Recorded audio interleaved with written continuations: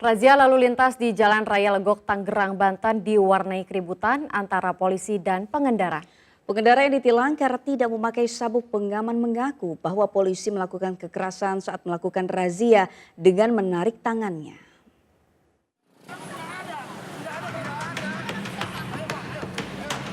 Razia lalu lintas di Jalan Raya Legok, Tangerang, Banten diwarnai keributan antara polisi dan pengendara. Keduanya bahkan nyaris terlibat adu pukul sebelum dilerai oleh petugas lainnya. Adu mulut antara petugas dengan warga bermula saat kendaraan yang dikemudikan pasangan muda-mudi dihentikan petugas lantaran tidak memakai sabuk pengaman.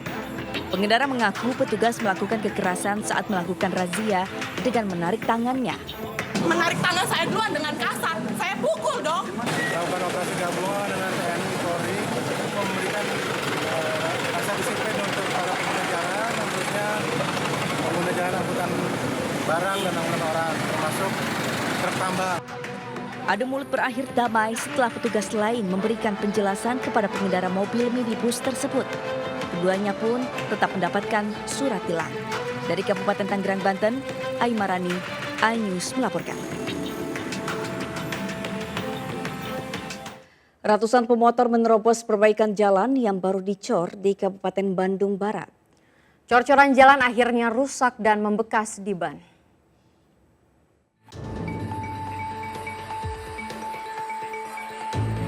Ratusan pemotor ini melaju di atas jalan yang baru dicor. Lalu lintas selama perbaikan jalan terjadi pada Selasa pagi di Kampung Cibodas, Kecamatan Cimahi Selatan. Saat itu, lalu lintas sedang dilakukan rekayasa buka tutup jalur. Namun seorang pengemudi motor tidak sabar dan memaksa melintas, diikuti oleh pemotor lain. Warga sudah mengingatkan para pemotor namun tidak dihiraukan. Pengendaranya tidak sabar. Padahal warga udah mengingatkan bahwa jalan masih basah tapi terobos aja gitu. Itu berapa banyak kendaraan? Banyak. Kini kondisi jalan yang baru dicor rusak berat dengan kedalaman lebih dari 10 cm. Warga berharap pemerintah turun tangan agar proyek perbaikan segera selesai. Dari Kabupaten Bandung Barat, Jawa Barat, Yuwono, iNews melaporkan. Pemirsa, baru 2 bulan keluar dari lembaga permasyarakatan, residivis narkoba kembali diringkus tim Raja Wali Satres Narkoba Polresta Padang. Tersangka dibekuk bersama satu orang rekannya usai melakukan transaksi narkoba dengan anggota polisi yang menyamar sebagai pembeli.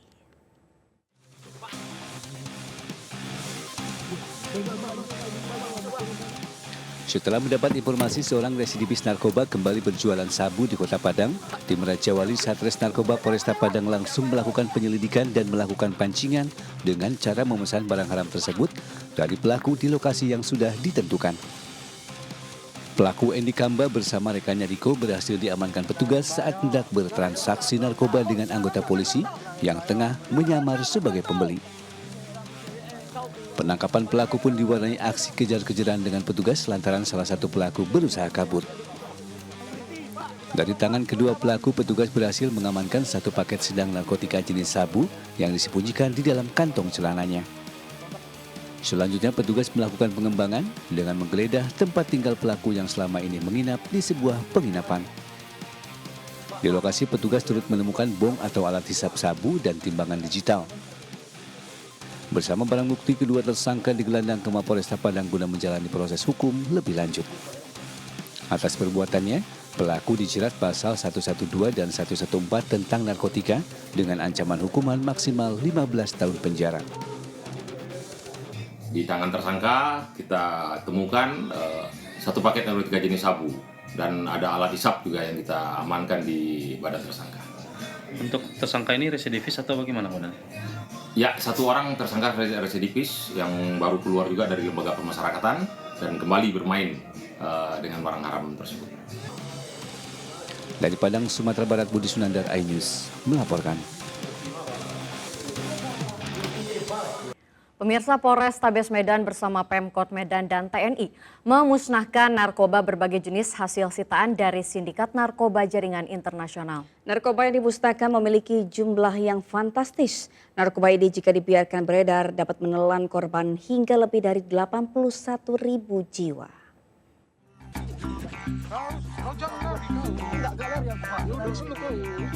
Inilah video pada saat polisi melakukan penangkapan narkoba jenis sabu sebanyak 31 kg. Di lokasi lainnya, polisi juga berhasil menangkap puluhan ribu pil ekstasi jaringan internasional. Hasil dari penangkapan itu, seluruh barang bukti dimusnahkan setelah diuji keasliannya oleh tim laboratorium forensik Polda Sumatera Utara. Terdapat lebih dari 35 kg sabu, 4 kg ganja dan 36.000 butir pil ekstasi dimusnahkan secara bersama oleh Forum Komunikasi Pimpinan Daerah Kota Medan. Pemusnahan dilakukan menggunakan mesin insinerator dan disaksikan langsung oleh 4 tersangka yang ditangkap di 4 lokasi berbeda di Kota Medan dan Kabupaten Deli Serdang beberapa waktu lalu. Diduga kuat para pelaku ini merupakan bagian dari sindikat narkoba jaringan internasional. Dari penangkapan ini setidaknya lebih dari 81.000 jiwa yang terselamatkan dari pengungkapan yang dilakukan Polrestabes Medan. 4 tersangka yang terlibat dalam kasus ini sendiri kini terancam penjara selama lebih dari 5 tahun atau dapat dihukum dengan hukuman mati. Dari Medan, Sumatera Utara, Adi Palapa Harahap, Ali News melaporkan. Pemirsa, seorang preman yang biasanya galak di jalanan malah menangis dan minta maaf usai dibekuk polisi. Pelaku ditangkap berkat laporan masyarakat karena perilakunya yang suka melakukan perampasan di jalanan, utamanya menyasar para pengemudi truk.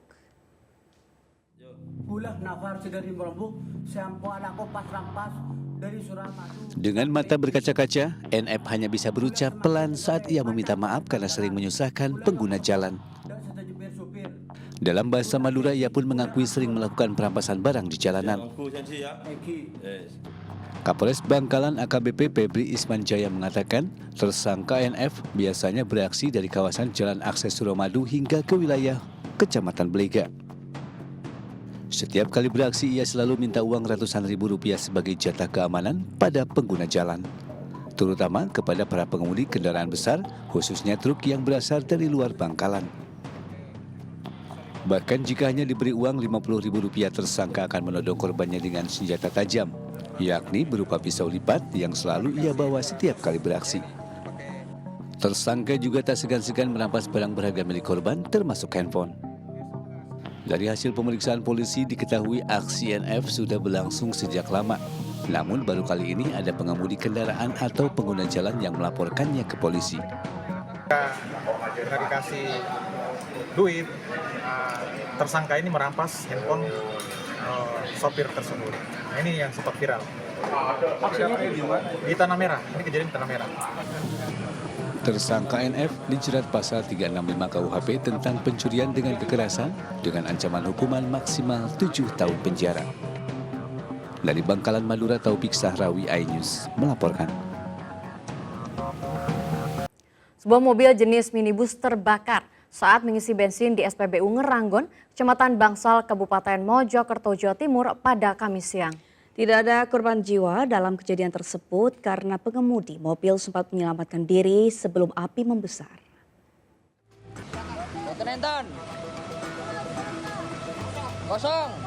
Kebakaran mobil ini terjadi di SPBU Ngeranggon, Desa Bangsal, Kecamatan Bangsal, Kabupaten Mojokerto. Api dengan cepat membakar seluruh bodi mobil hingga asap membumbung tinggi. Petugas SPBU dan warga sekitar berusaha memadamkan api, tetapi api tidak juga padam.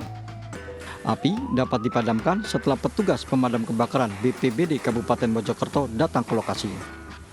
Namun, mobil milik Abdul Rahman, warga Kecamatan Gondang Wetan, Kabupaten Pasuruan itu telah ludes terbakar. Petugas SPBU mengatakan mobil hendak mengisi bahan bakar dan tiba-tiba saja mendengar suara ledakan dari bawah mesin yang disusul keluarnya api. Petugas SPBU lalu cepat-cepat mendorong mobil menjauh dari mesin pengisi bensin. Kang, antri. Ada letusan meledak, tos. Ada yang teriak, mobil itu terbakar di bawah. Nah, baru lama kemudian anak-anak bawa apar. bawa apar, nggak mampu saya dorong ke belakang sama anak-anak. Ya, sampai di sana apar yang satunya juga nggak mampu, Pak. Sudah. Tidak ada korban dalam kejadian ini. Pengemudi mobil langsung keluar dan menjauh saat api mulai membesar. Saat kejadian, pemilik mobil hendak pulang ke Pasuruan setelah dari Samsat Mojokerto. Mau ngisi bensin, terus langsung meledak, Mas. Ya. Kepolisian Polsek Bangsal yang datang ke lokasi langsung melakukan olah TKP dan memeriksa pemilik mobil. Tim iNews melaporkan. Kenaikan harga minyak goreng minyak kita di pasaran membuat ratusan emak-emak menyerbu acara gerakan pasar murah di Yogyakarta. Kenaikan harga minyak kita dirasa semakin membebani masyarakat.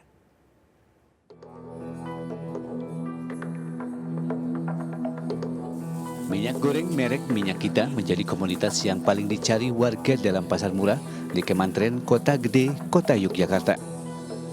Penyebabnya harga minyak goreng di pasaran sedang melonjak. Harga minyak kita kini Rp17.000 per liter dari sebelumnya di kisaran Rp15.000 per liter. Untuk ukuran 900 ml dari sebelumnya Rp12.500 kini naik menjadi Rp15 hingga Rp16.000. Apa-apa naik semua. Jadi perasaan masalah keuangan ya. Masalah keuangan juga. Kan kebutuhan kita cuma tidak hanya minyak aja, yang lain-lainnya juga. Sejumlah pedagang juga memborong minyak goreng untuk usaha warung makan karena harganya lebih murah dari harga di pasaran. Keberatan lah Mas, keberatan. Jangan naik kalau bisa turun. Keberatannya kenapa? Ya karena naik itu Mas, ada alasannya kenapa naik. Pas sawit naik Mas. Selain minyak goreng, sejumlah komoditas kebutuhan pokok di Kementerian Kota Gede juga dijual di bawah harga pasaran. Dalam pasar murah ini setiap kilogram komoditas akan mendapat subsidi sebesar Rp1.850, sehingga totalnya mencapai Rp18,5 juta untuk 10 ton sembako yang dijual di pasar murah. Dari Yogyakarta, Gali Wisma, iNews melaporkan. Pemirsa, Presiden Joko Widodo melarang produsen dan distributor susu formula memberikan diskon harga produk susu bayi maupun produk lain pengganti air susu ibu ASI ke masyarakat. Sayangnya larangan yang diberlakukan agar pemberian air susu ibu eksklusif kepada anak ini justru menuai kontroversi.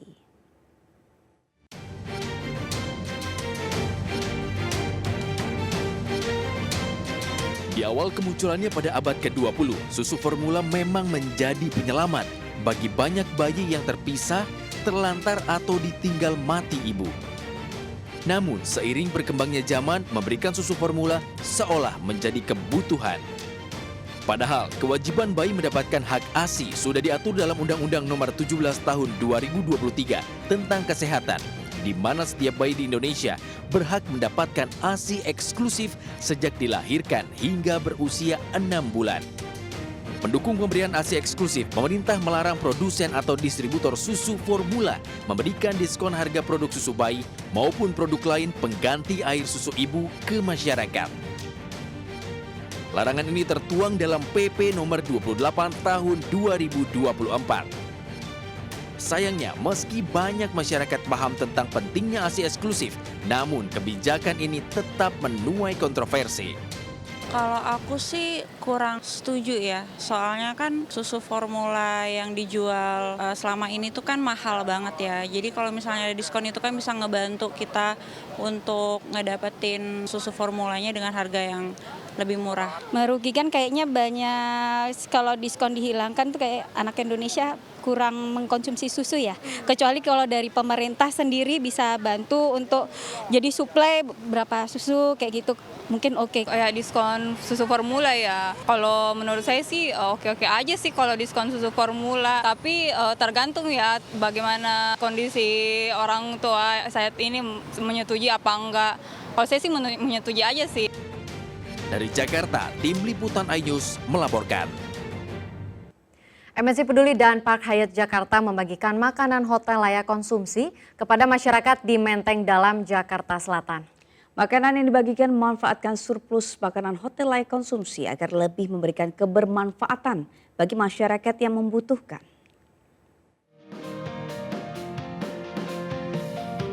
FAO, Organisasi Pangan dan Pertanian PBB, menyoroti tingkat food waste di Indonesia yang berada di peringkat tertinggi kedua di dunia. Banyak sisa makanan layak makan yang dihasilkan oleh restoran, hotel, kantin, hingga kantor yang dapat dimanfaatkan untuk membantu masyarakat prasejahtera. Sorotan dari FAO ini memotivasi MNC Peduli bersama Park Hyatt Jakarta bekerjasama dengan Yayasan Emmanuel mengolah kembali sisa makanan layak makan yang dihasilkan agar dapat didistribusikan kepada masyarakat yang membutuhkan. Kalau tujuannya tentunya kita mau meyakinkan bahwa makanan itu tidak ada yang terbuang sia-sia. Karena kita sebagai hotel yang memiliki tujuan untuk mendukung kelestarian bumi dan salah satunya sampah terbanyak di dunia itu kan dari sisa makanan.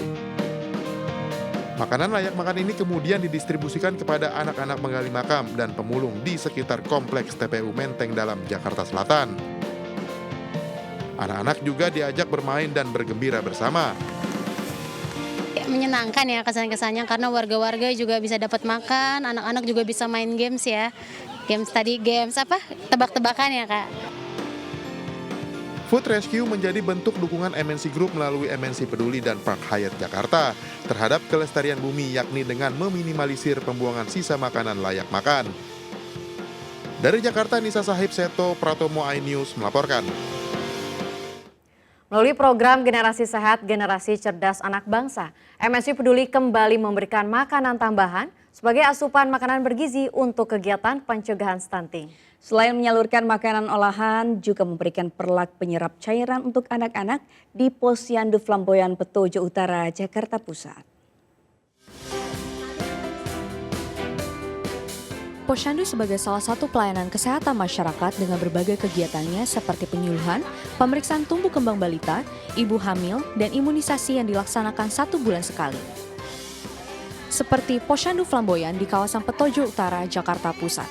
Di sini MNC Peduli hadir melalui program Generasi Sehat, Generasi Cerdas Anak Bangsa dengan pemberian asupan makanan bergizi dari protein hewani yaitu ikan lele.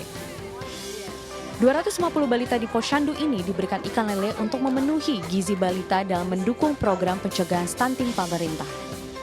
MNC Peduli juga memberikan ratusan perlak penyerap cairan toilet training balita untuk menumbuhkan kemandirian serta perilaku hidup bersih dan teratur. Hari ini ada kegiatan pin polio ya, terus ya cara nimbang seperti biasa. Bantuannya ada ikan lele kan, ikan lele juga bagus kan buat tumbuh kembang anak, apalagi otak. Terus sama dapat underpad ya, buat toilet training anak sih biar nggak pakai pampers. Bantuan dari MNC Peduli yaitu berupa ikan lele fresh yang kita olah untuk dibagikan untuk para balita agar dia mendapatkan protein dan juga mendapatkan perlak untuk agar balitanya bisa belajar mandiri gitu loh, supaya dia tidak pipisnya juga nggak berantakan, ibu-ibunya juga bisa belajar kebersihannya juga. MNC Peduli akan terus konsisten dalam mendukung tercapainya penurunan tingkat prevalensi stunting di Indonesia dan mewujudkan Indonesia Emas 2045. Dari Jakarta, Anissa Septiariani, Aulia Syah Ramadan, iNews melaporkan. Pemirsa, polisi menangkap 2 orang pengedar ribuan butir pil ekstasi dan pil Happy Five di Pekanbaru Riau. Penangkapan ini merupakan bagian dari pengembangan kasus Marisa Putri, mahasiswi yang menabrak mati seorang ibu rumah tangga sepulang dugem dalam kondisi mabuk.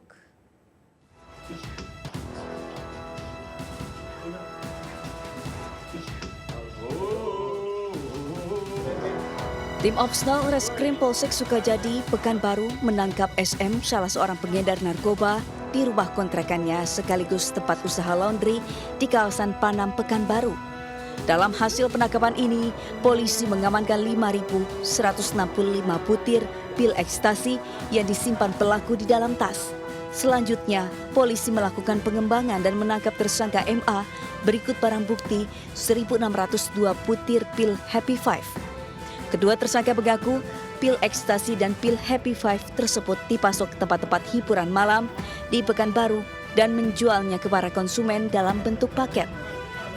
Pengembangan dari kasus Marisa kemarin, ya ini pasti ada kaitannya. Karena pemasoknya yang kita buru, walaupun tidak secara langsung dia menjual ke Marissa, tapi inilah salah satu sumber barang ekstasi yang beredar di Kota Pekanbaru. Penangkapan kedua tersangka ini merupakan pengembangan kasus Marissa Putri, mahasiswi yang menabrak mati seorang ibu rumah tangga sepulang dugem dalam kondisi mabuk. Guna penyelidikan lanjutan, kedua tersangka ditahan di Mapolsek Sukajadi, Pekanbaru. Keduanya dijerat Undang-Undang Narkotika dengan ancaman hukuman mati atau 15 tahun penjara. Dari Pekanbaru Riau, Indra Anyus melaporkan. Polisi mengungkap peredaran narkoba jenis sabu jaringan pelaku pariwisata di Kota Bukit Tinggi, Sumatera Barat. Dari 3 orang tersangka, diantaranya pemandu wisata dan pengemudi bus pariwisata. Polisi menyita barang bukti paket sabu siap edar senilai puluhan juta rupiah.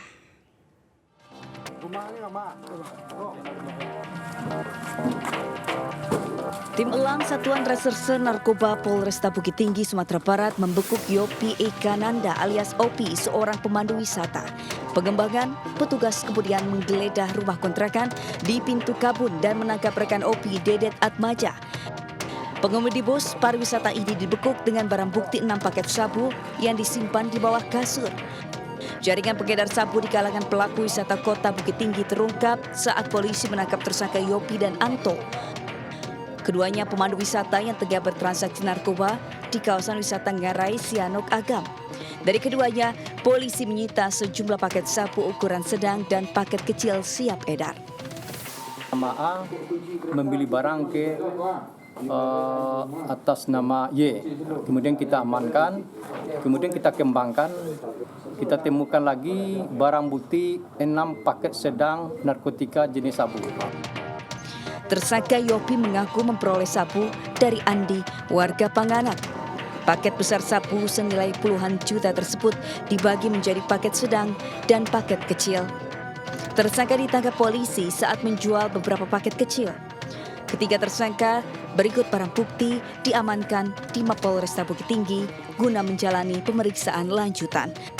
Dari Bukit Tinggi, Sumatera Barat, Wahyu Sikumbang, Anyus melaporkan. Seorang pria ditangkap polisi usai melakukan perusakan dan pembakaran sebuah rumah ibadah di Batam, Kepulauan Riau. Diketahui sebelumnya pelaku juga pernah melakukan perusakan di tempat ibadah yang sama.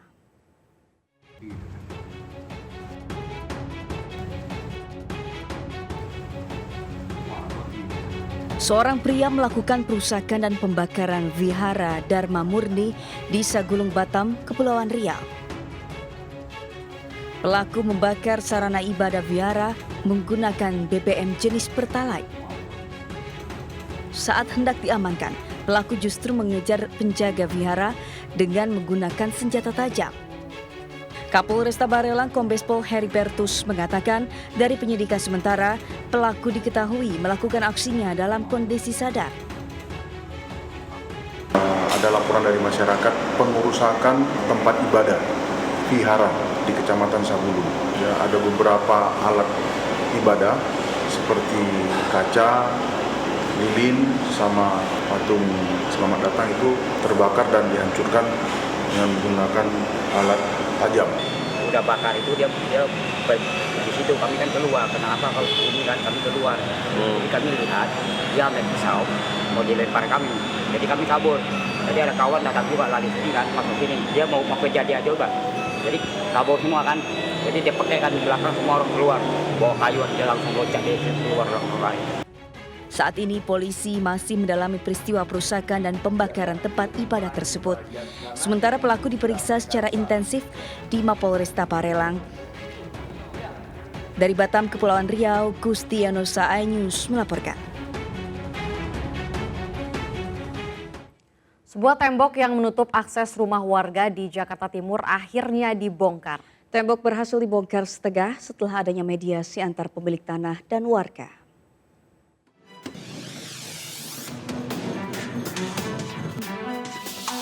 Akses keluar masuk warga di Gang Jati, Kelurahan Cililitan, Jakarta Timur kini kembali normal pada Kamis pagi. Namun kendaraan bermotor belum bisa melintas karena tembok hanya dibongkar setengah untuk warga yang melintas. Tembok yang dibangun di tanah ahli waris bernama Muhammad Sidik dibongkar oleh petugas Kelurahan Cililitan. Pembongkaran dilakukan 2 petugas penanganan prasarana dan sarana umum Kelurahan Cililitan. Mulanya, tembok menghalangi akses warga bernama Puji Rahayu. Puji pun terpaksa lewat rumah tetangganya karena akses depan rumahnya tertutup. Tembok akhirnya dibongkar setelah adanya mediasi kelima antara Sidik dan Rahayu di Kecamatan Keramat Jati. Nah ini jam 9 pagi sekarang. Alhamdulillah sudah terbuka, cuma memang setengah dulu. Dan nanti akan ada surat pernyataan dan perjanjian akan dibuat kedua belah pihak. Gitu. Jadi kita akan klarifikasi masalah ini, kita jadikan 0 lagi ya. Jadi kita dari semula.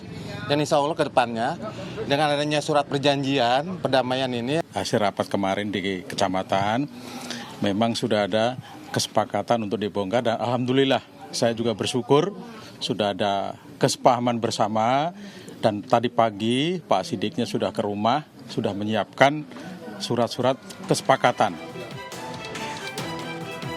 Sebelumnya sekitar 21 warga, termasuk lansia dan anak sekolah, ikut terdampak akan tembok penghalang setinggi 2 meter. Dari Jakarta, Syahreja Saski, Sutrisno, iNews melaporkan. Pemirsa, Partai Golkar memberikan sinyal akan segera memberikan dukungan resmi kepada Ridwan Kamil sebagai calon gubernur Jakarta 2024 setelah posisi Cagup Jawa Barat diberikan kepada Deddy Mulyadi. Meski begitu, Golkar masih terus berkomunikasi dengan partai lain di Koalisi Indonesia Maju. Partai Golkar memberikan sinyal akan segera memberikan dukungan resmi kepada Ridwan Kamil sebagai calon gubernur Jakarta 2024. Hal tersebut disampaikan Wakil Ketua Umum Partai Golkar, Doli Kurnia. Sebab dukungan untuk calon gubernur Jawa Barat telah resmi diberikan Golkar kepada Deddy Mulyadi. Kalau kita ibaratkan tiket, berarti tiketnya yang di Jawa Barat sudah invalid. Karena sudah kita serahkan kepada saudara Deddy Mulyadi. Artinya tiketnya yang sekarang masih hidup, masih valid itu ada di Jakarta. Sementara itu, pengumuman resmi dukungan terhadap Ridwan Kamil akan disampaikan Golkar bersama dengan partai-partai politik lain yang tergabung dalam Koalisi Indonesia Maju. Dari Jakarta, Nisa Sahib Muhammad Firmansyah, iNews melaporkan. Wacana koalisi besar Kim Plus untuk kontestasi Pilkada Jakarta dibenarkan oleh Wakil Ketua Umum PKB, Jazilul Fawaid. Ia bahkan tidak menampik bila PKB diajak pula bergabung dalam Kim Plus meskipun DPW PKB Jakarta telah merekomendasikan nama Anies Baswedan di Pilkada Jakarta.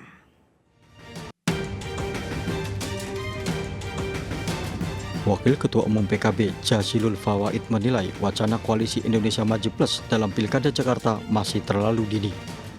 Jazilul mengungkapkan partai-partai politik yang disebut bergabung dalam Kim Plus belum duduk bersama untuk membahas nama bakal calon gubernur maupun bakal calon wakil gubernur Jakarta. Meski demikian, Wakil Ketua MPR itu tidak menampik adanya ajakan ke partainya untuk gabung ke dalam Kim Plus yang wacananya akan mengusung Ridwan Kamil dalam kontestasi Pilkada Jakarta 2024. Lebih lanjut, Jazilul menyebut DPP PKB juga belum memutuskan nama yang bakal diusung dalam Pilkada Jakarta. Karena itu, rekomendasi DPW PKB Jakarta yang ingin mengusung Anies Baswedan pada kontestasi Pilkada Jakarta masih akan dipertimbangkan kembali oleh DPP PKB. Tapi diajak untuk bergabung ya? Tapi diajak? Iya, kalau ajakan ya ada. Tapi siapa pasangan calonnya? Ini kan juga belum. Jadi sampai sekarang belum bisa ditarik kesimpulan yang final, tapi mendekati kepada apa yang menjadi keputusan usulan dari DPW PKB DKI Jakarta. Artinya Sebelumnya, menguat wacana Kim Plus yang terdiri dari partai-partai pengusung Prabowo Subianto pada Pilpres lalu ditambah PKS, PKB, dan Nasdem. Bila koalisi besar Kim Plus terbentuk, maka hanya ada satu pasangan bakal calon gubernur pada Pilkada Jakarta, lantaran perolehan kursi PDI Perjuangan di DPRD Jakarta tidak cukup memenuhi syarat untuk mengusung calonnya sendiri. Sementara itu, Anies Baswedan mengakui tidak khawatir dengan rencana dari DPP PKB untuk mempertimbangkan kembali rekomendasi mengusung dirinya sebagai bakal calon gubernur. Mantan Gubernur DKI Jakarta itu masih optimis jalan yang menuju pilkada masih terbuka. Sebab hingga kini pembentukan Kimples masih bersifat spekulasi dan wacana. Enggak, itu semua kan spekulasi. Kan kita lihat sekarang ini tidak ada yang, memang ada yang berubah, belum ada yang berubah. Sama. Setiap, tentu kalau bicara tentang komentar bisa macam-macam. Tapi keputusan partai kan masih sama semua. Jadi kita hormati dan saya percaya partai-partai ini akan mengikuti apa yang menjadi aspirasi pemilihnya. Pemilunya belum 6 bulan, dan kursi-kursi itu kan juga didapat dari aspirasi warga. Nah, saya optimis aspirasi warga untuk Jakarta lebih modern, Jakarta lebih maju, Jakarta lebih setara, itu nanti akan diusung terus. Anies mengaku masih terus menjalin komunikasi dengan sejumlah partai politik lainnya. Dari Jakarta, iNews melaporkan. Persiapan jelang kirap bendera merah putih untuk merayakan HUT RI ke-79 digelar di Monumen Nasional Jakarta. Kirap bendera akan dimulai dari Monas menuju Bandara Halim Perdana Kusuma sebelum diterbangkan ke Ibu Kota Nusantara dengan iring-iringan yang bisa disaksikan langsung masyarakat pada 10 Agustus 2024 mendatang.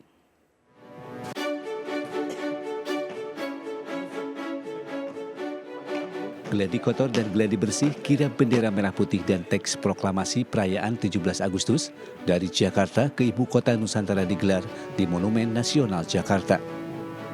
Cawan Monas menjadi awal prosesi penyerahan dari ajudan wakil presiden kepada Purna Paskibraka. Selanjutnya bendera dibawa menggunakan mobil Rantis Maung beserta iring-iringan dari Paskibra DKI Jakarta, pasukan detasmen, kavaleri berkuda, kaset pres, Setmin Pres dan pihak terkait. Sementara rute iring-iringan dimulai dari Monas menuju Jalan Tamrin, Jalan Gatot Subroto, Cawang dan Bandara Halim Perdana Kusuma untuk diterbangkan ke IKN. Prosesi ini merupakan bagian dari rangkaian peringatan HUT ke-79 Kemerdekaan Republik Indonesia sekaligus simbol kebersamaan dan sinergi antara DKI Jakarta dan IKN Nusantara. Dan ini adalah kali pertama prosesi kirap bendera merah putih dan fotokopi, artinya kirap dan teks proklamasi itu dibawa ke IKN. Ini adalah rangkaian dari bagian dari 17 Agustus merayakan detik-detik proklamasi, dan tumnya adalah tata upacara militer itu adalah di Kalimantan, di IKN. Maka prosesi tadi yang saya sampaikan, bendera merah putih dan duplikat merah putih dan duplikat proklamasi itu harus dibawa ke IKN. Bendera merah putih dan teks proklamasi akan tiba di IKN di hari yang sama, yakni pada 10 Agustus 2024. Sementara pada 17 Agustus 2024 nanti bendera merah putih akan diserahkan Presiden kepada Paskibra IKN Nusantara untuk dikibarkan. Dari Jakarta, Camar Haenda Alistiawan, iNews melaporkan. Menparekraf Sandiaga Uno memotivasi pelaku ekonomi kreatif di Tanjung Pinang untuk terus berinovasi. Produk ekonomi kreatif yang dihasilkan didorong untuk memiliki kualitas ekspor. Menteri Pariwisata dan Ekonomi Kreatif Sandiaga Salahuddin Uno menghadiri workshop kata kreatif di Kota Tanjung Pinang. Sandiaga mengapresiasi berbagai macam produk dari para pelaku ekraf lokal. Salah satunya adalah pengaplikasian batik dengan motif gonggong yang merupakan sejenis siput laut yang banyak hidup di perairan Kepulauan Riau. Bagus-bagus ya, saya tadi lihat beberapa produknya ini yang saya pakai, tanjaknya, terus tadi produk-produk yang sudah dipasarkan sudah layak untuk menjadi produk andalan ekspor kita dari sektor ekonomi kreatif. Workshop kata kreatif menjadi bagian dari program pengembangan Kabupaten Kota Kreatif dalam memperkuat ekosistem ekraf di berbagai daerah di Indonesia. Dari Tanjung Pinang, Kepulauan Riau, Ilham Zarkasi, iNews melaporkan. Pemirsa, kita beralih ke informasi kuliner. Banyak kota di Indonesia yang memiliki kuliner yang khas, yang unik dan menarik untuk dicoba. Nah, salah satunya kuliner khas dari kota Pontianak. Salah satu kios di Jakarta Barat menawarkan sejumlah kuliner khas kota Pontianak mulai dari minuman manis segar hingga camilan ringan menggugah selera.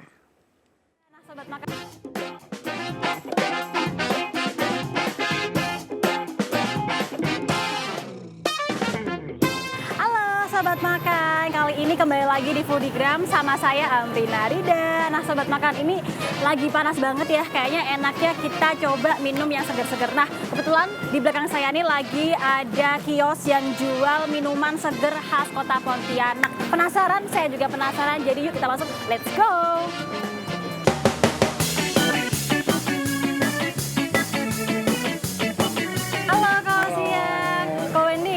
Lihat rame banget nih jam segini, kalau boleh tahu jualan apa sih sebenarnya Kak Wendy hari ini? Yang viral ini menu saya yang namanya cehuntiao. Oke, itu apa tuh Kak? Isinya apa Kak? Cehuntiao itu makanan dessert sebenarnya kayak es campur dari Pontianak.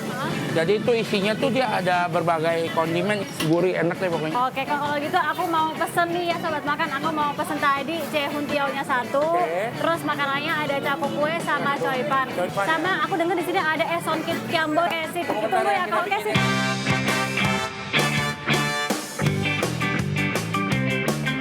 Nah Sobat Makan, nih tadi kita udah antri cukup lama karena yang beli itu ternyata banyak banget. Akhirnya pesanan saya datang.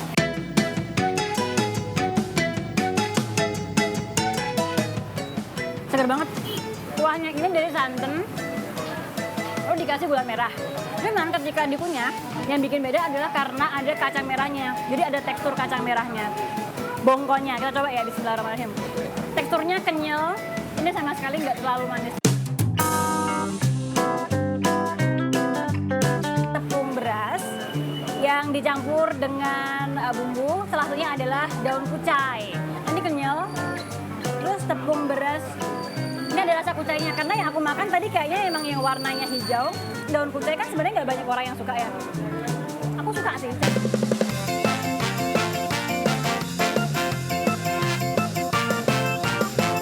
Ternyata coipan yang ini sama coipan yang isinya bengkoang itu punya rasa yang beda. Kalau misalnya bengkoang, dia dominan manis. Kalau yang kucai, dia lebih dominan ke gurih.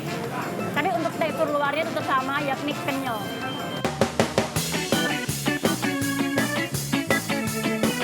Saatnya saya mencoba minuman yang satunya lagi, yakni adalah esonkit kiamboy. Nah, ini seger dan rasanya agak unik. Ini aku bisa ngerasain agak asam dikit, terus manis dikit. Dan manisnya tuh bukan cuma manis jeruk.